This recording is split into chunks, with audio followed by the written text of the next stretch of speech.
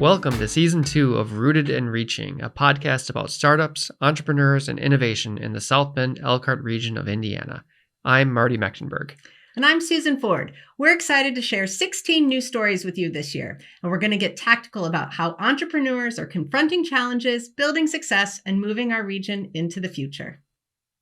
Welcome to Season 2 of Rooted and Reaching. We are here today with Amanda Havens, the curator of the South Bend Elkhart region's only female-led brewery and cidery. So it's a pretty exciting development, yes, and thank we you are for having me. Thrilled to have Amanda here today. Thank you. So Amanda, maybe get us started. Where did the idea come from, and how have you brought it from an idea to where you are today? Okay, so I have had a pretty extensive history working in breweries, starting in Madison, Wisconsin, and then working for the Mishawaka Brewing Company until they went out of business. And that's really what sparked my fire in the brewing industry is working for them. They were a great company. They had a great thing going on. So when they closed, I felt we lost like the heart of brewing in our area. We have a lot of breweries, but at the same time, if you look at the breweries we don't have many women owners. And across the industry, the numbers are definitely, skewed. Sure. So when looking at our area, a couple things I noticed were like, we didn't have a cooperative. We didn't have a brewery that was owned by the community. We have Brewworks. That's kind of they have they have an owner. But I wanted to look at something different that not only supported women of our community, but women of all income base. So if you're a single mom and you're a teacher, I wanted to do something that would include all income base. So about 8 years ago, I was sitting there at a brewery one day and just, observing. And I'm like, well, what if we did like a female-funded, developed cooperative brewery? So not only is it female-funded, ran, developed, but we consider ourselves the homebrewers brewery. And this is really the basis of what our brewery is taking those people in our community that like to brew beer, have them be able to schedule a time to come into the brewery, brew their beer. We will sell it so they can showcase it. They will get a portion of the money back. And that's not only building the brewers of our community, but developing that original cooperative idea. The women founded and ran just kind of like the people that were coming out to support me and talk to me about this concept were all women. And we started seeing this trend of not many men were jumping on board to our meetings. So then we came up with, the founding femmes. And we can talk more about that whenever. Sure. Yeah, I was curious about that. So from the beginning, though, the idea was that this would be a female-led cooperative. Yes. Or pretty early on that developed that way. Yep. Yeah. Yeah.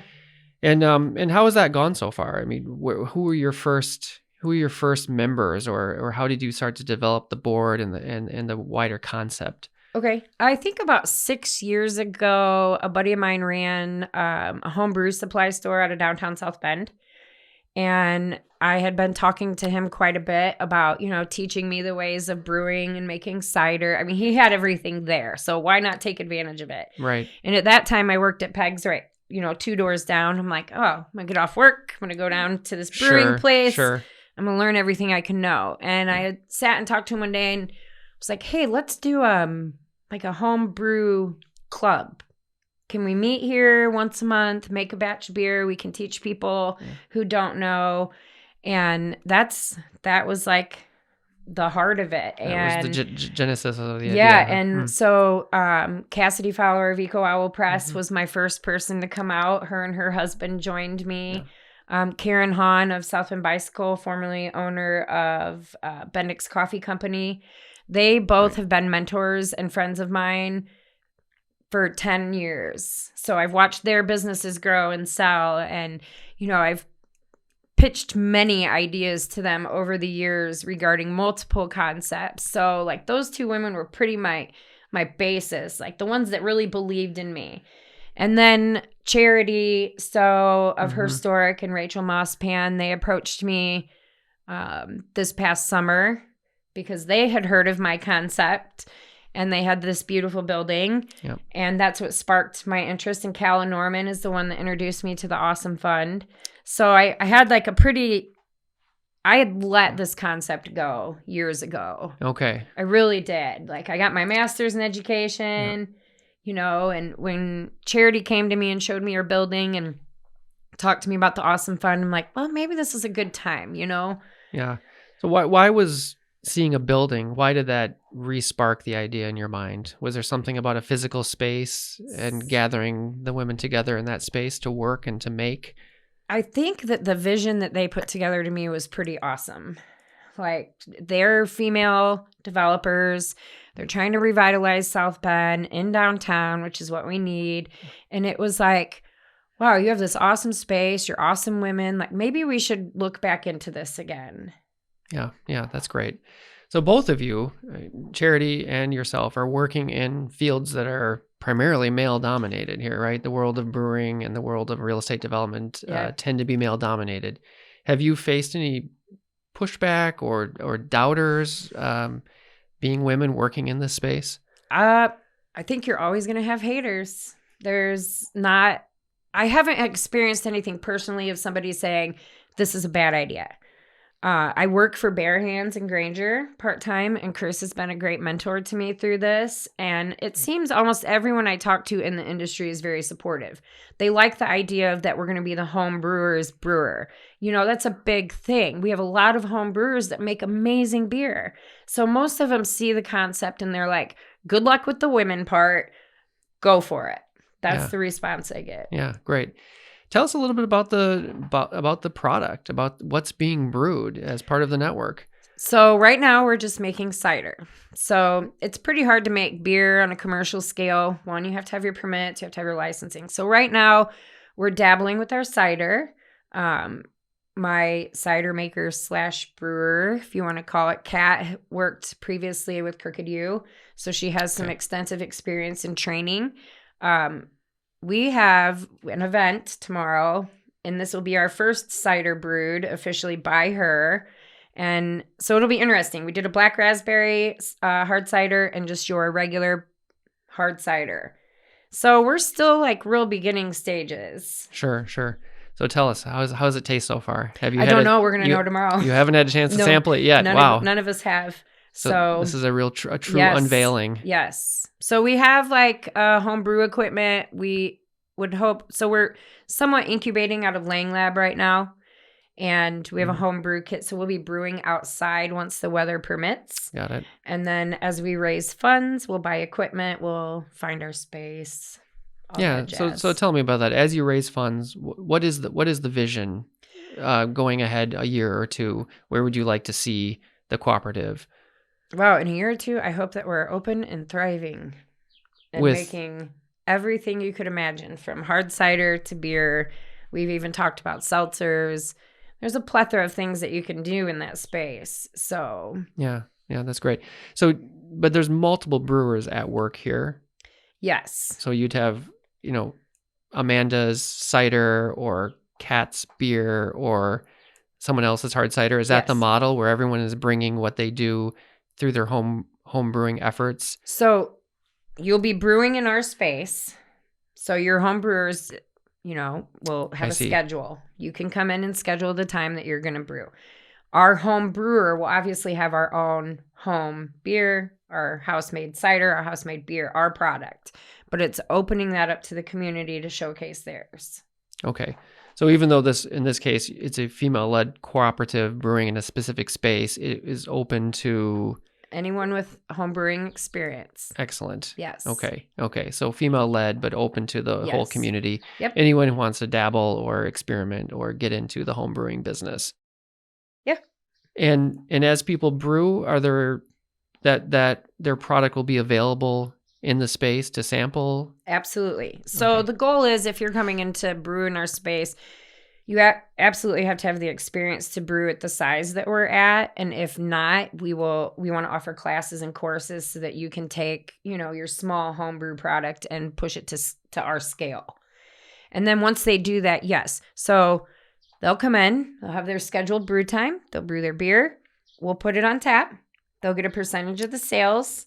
and then with potential to earn, more tap time in the future. Sure. So Excellent. And what's the vision of the ultimate space itself? Like, do you see, so there's a brewing operation, right? That's sort of behind the scenes, that's the operational part of it. But there's also a side of it that is sharing that product with the community. yes, Do you have a feel for what you want that to be like? we do. So, I've lived in South Bend for 20 years. I have a lot of small scale entrepreneurial friends. So we want this to be a shared space where those people can come in and showcase, sell, provide, their products. A Bite with Me, we would like to sell her products, or local art on the walls. We want it to be a shared community space. As our community is growing with these shared spaces, I think it's important for us to keep building those up. Yeah, that's great. That does sound exciting. So not only beers or ciders or other products brewed by homebrewers, but also food products being created by locals. Yes.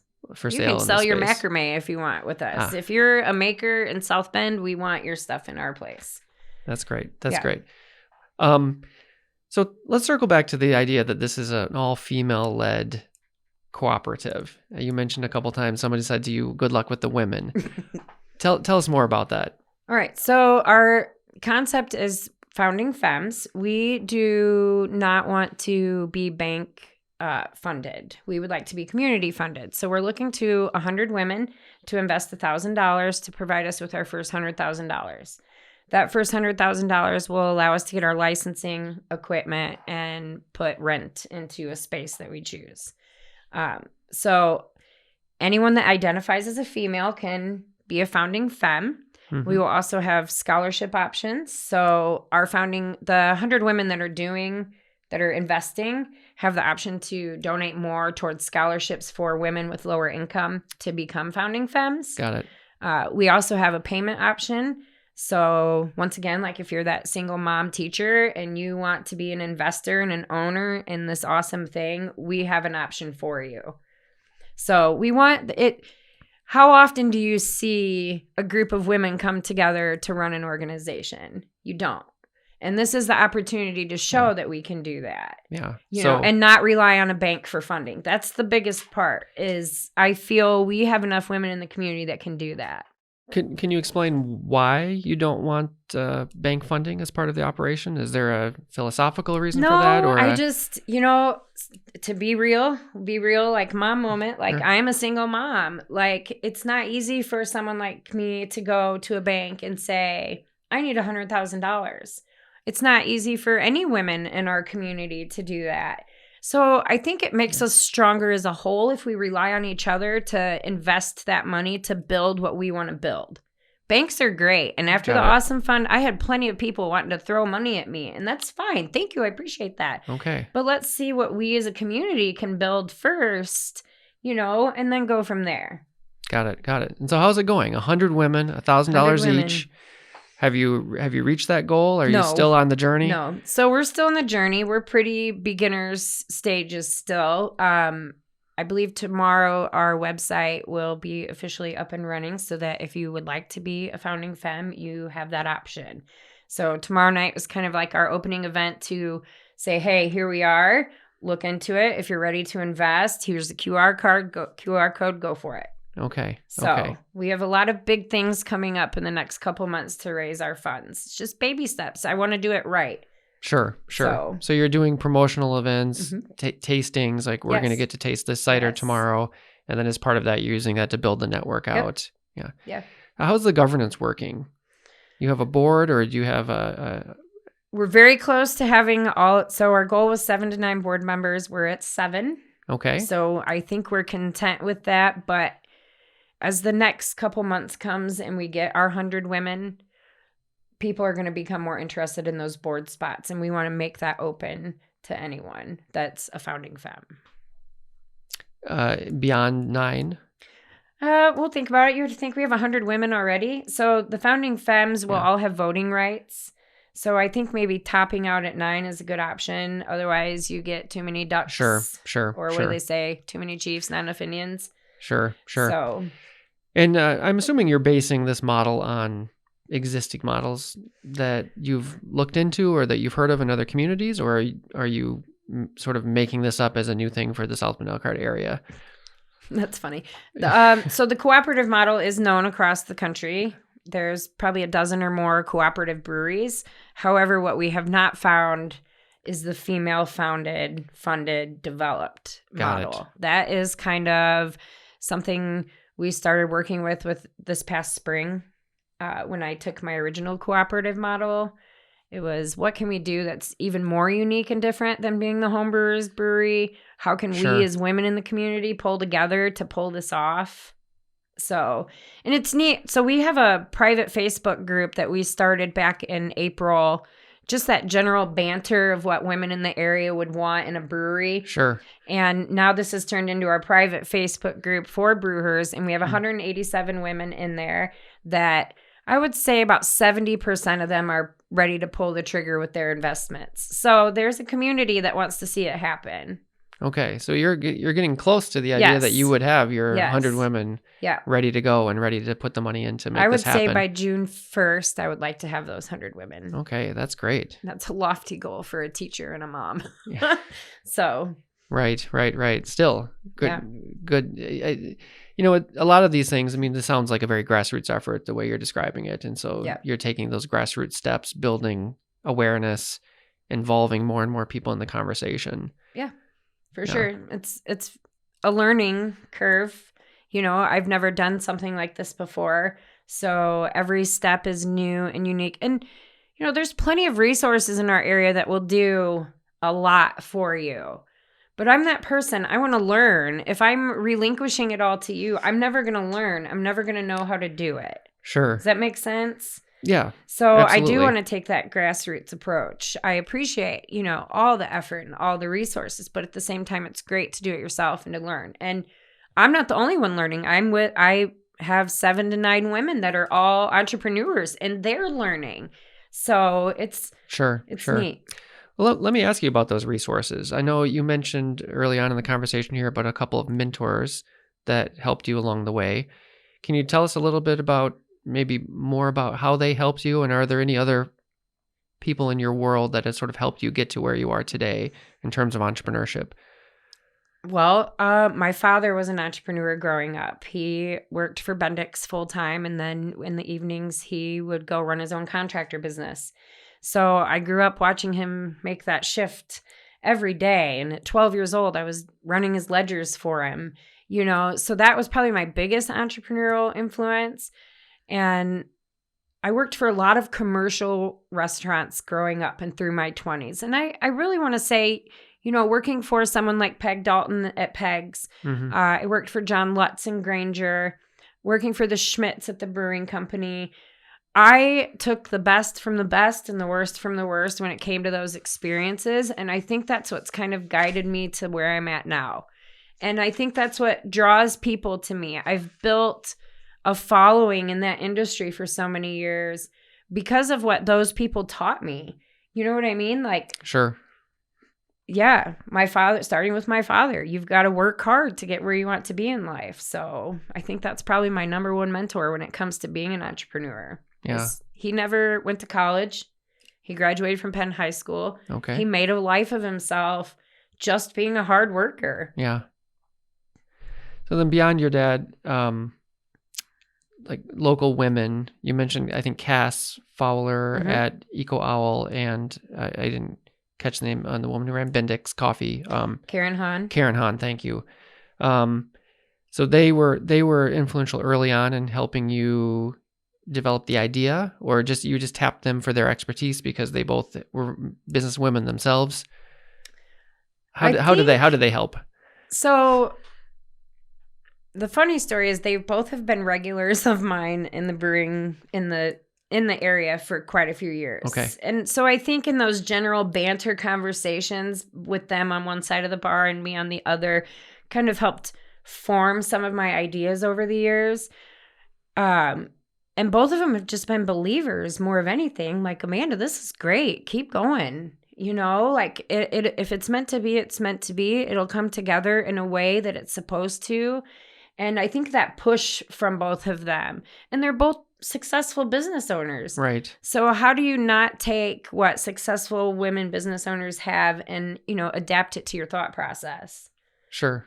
No, that makes perfect sense. You mentioned being a little, maybe leery is not the right word, but there are other resources out there. You're not necessarily ready to engage with all of them yet.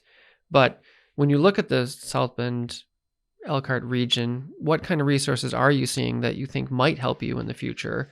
And maybe what's missing? I'm going to say what's missing is time to get to know all the resources. It's very overwhelming. Winning the Awesome Fund and walking into that room, and all of a sudden you have people handing you business cards left and right, and you're trying to navigate that. I'm not super familiar with all of them in the area. I think maybe it would be nice, instead of all of them handing you business cards all the time, that there's one central location, either online or somewhere locally that you can. And maybe there is, and I just don't know. Like I said, I'm new to this, and I have a whole another career that I work. So a lot of the resources I'm not super familiar with. I'm going to be honest. I know, I don't know. I'm drawing a blank. I'm sorry. No, that's all right. It is, and we hear this a lot. There's a lot going on. There's a lot of resources, and things shift from year to year as well. And it's hard to find like one spot to get all the answers that you need. And it's intimidating. Yeah. I think maybe that's why I haven't reached out or gotten so familiar with, because it's intimidating. And I'm also, a go-getter. So I want to do it myself. I want to learn how to do it myself. And a lot of those resources, they want to do it for you, or, I'm still, like I said, this is a new process to me, so I'm learning. Sure. Once school gets out, you want to talk in 6 months about these resources and what I'm utilizing, let's go for it. Because I do, like I said, I work a full-time job right now. Right. So you'll have your summers. You don't work full-time during the summer, so you'll be able to focus more on... This is full-time this summer. Sure. Yeah. Got it. Yeah, and for the audience, Amanda's referencing winning the Awesome Fund pitch competition. So as part of Founder Factory back in November, Amanda was selected along with 10 other people and pitched to a crowd of several hundred on her idea, and was one of the winners of a $3,500 prize, which I'm sure got you some attention that you weren't expecting, it sounds like. A very unique experience. Like the Awesome Fund, I was kind of thrown into. It was very quick. It was, hey, this is in 2 weeks. I think you should do it. Put a pitch together, go. I'd never done anything like that. And I was like scared beyond, not only that, a lot of the judges have been regulars of mine over the years. A lot of the people in the crowds I've known because they go into the bars and the breweries I've worked in for 20 years. Sure. So, and then to actually win it, I was just shocked. Yeah. Well, clearly your story and your idea is resonating with a lot of people in the community, and I think that came out during the pitch competition. Yes, very heartwarming experience. Yeah, so, yeah, excellent. I'm still in shock. Probably, it's like, what? On top of all of that, what else are you involved in, if anything? If you have time for anything else, right? And what can all of us be doing to make South Bend and the region a better place to live and to work and to play? Okay. All right. So I'm pretty involved in the school. So I'm a special education teacher. I coach soccer. I coach softball. I help run our student council. And I do part of our discipline committee. There's a lot. I'm really focused on our school building. I think that's the basis of our community. I think that's what we should be focusing on right now. I think for far too many years, we've tried to work on, what does downtown need? What does that sector of our community need? And for me, I look at it as education is the basis of making our community successful. So when I decided to go back and get my master's degree, it was based on, hey, this education sector needs help. And I wanted to be part of that help. What can we do better? I think starting with our education system and making sure that our students are set up for success at any level when they're pushed out into the community. On top of my school and what I do, my daughter has special needs. So I spend a lot of time running her around town to a place to be me, which is ran by Children's Dispensary in downtown. I'm definitely going to plug that because it's an amazing resource for special needs kids. That's great. On top of the school and my children, I don't have much time to get involved with other things. Would I like to? Absolutely. But I think that comes with time. You know, as my kids get older, Right. I have the free time to participate and partake in other things. Well, and it certainly sounds like between everything you just described and starting this and managing this brewery concept, that is a full plate. It is. That's And a I full work plate. part-time in Granger. So That's right, at Bare Hands, you said, right? Yeah. Yeah. So you're learning from Bare Hands as well. How many different breweries have you worked at over the years?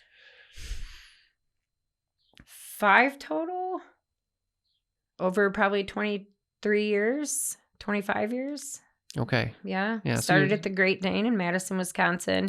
Okay. Came here to the Mishawaka Brewing Company. I helped open Brewworks. Wow. Then I went to Bare Hands, I believe. Okay. Yeah. But so I've known Chris for a long time. He used to be a regular of ours at Mishawaka Brewing Company. Yeah. And I've been trying to work for him for like 10 years.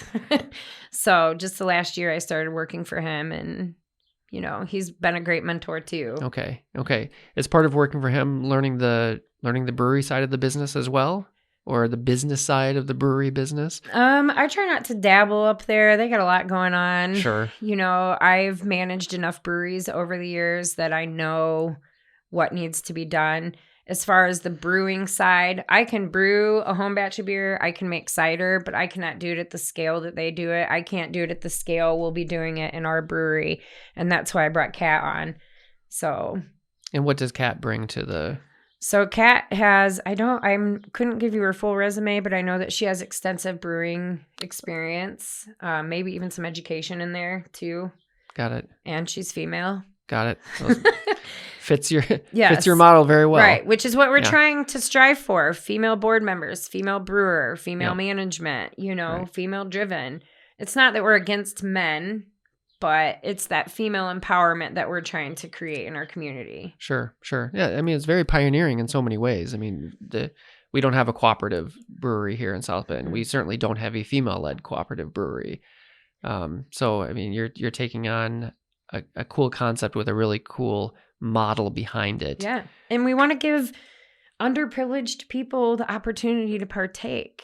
I want the woman that works at Subway 2 days a week to say, I am an owner of this brewery, you know, and giving Got them it. that opportunity. How many times do women get that? You know what I mean? Sure. Now, I probably would be remiss if I didn't ask on behalf of our audience, what are your favorite brews? What can... Ooh. Is it a beer? Is it a cider? Like, what are we looking forward to here? So I'm a huge Bell's fan. I'm a Two-Hearted fan and a Black-Hearted fan, which is their black IPA. It only comes out once a year on Valentine's Day, and you have to go up there to get it. But the majority, I like to drink IPA. However, over the past 5 or 6 years since I entered that 40s stage, IPAs just don't resonate as well. So I'm a big Modelo drinker. Okay. So we're looking at, you know, we want to supply a variety of beer and cider. You know, we have many people in our area that have celiacs that can't even drink beer. So we want to offer ciders if they're available to them, or spritzers, or a variety of options that are healthy for everyone. That's great. I Thanks. personally am thrilled and excited, and I can't wait to attend your event tomorrow. Thanks, you're coming. Yay. Which is in the Monarch building. No, not. The Monarch is still under construction, Okay. and we have not yet signed a lease with them. So it's all timing. You know, right now we're kind of incubating out of Lang Lab. Lang Lab. Is that where the Yes. event is happening tomorrow? The event is tasting. at Lang Lab Got tomorrow. it. It's in the front section of the building. There'll be a sign Great. out. We'll be actually bottling. If you're not familiar with bottling cider, you can Oh. experience that. You'll be able to taste what we have. And if you're ready to pull the trigger on that investment for those 100 women, then that'll be a good time to start. Great. Yeah. Great. Amanda, thank you so much for Thank spending time you. with us today. Thanks. It's been excellent, and we are excited to continue to follow your journey Yeah. as you bring this from an idea that has gestated over many years, it sounds like, to a brand new concept in South Bend. Yes. So join us. You can find us on Facebook and Instagram. And we do have a website, brewers.net now, that one of those things I can't relinquish. I'm learning. I'm building a website. So check it out. Send us an email, leave us some comments, and join us for our meetings. Great. Thank you. Thanks so much.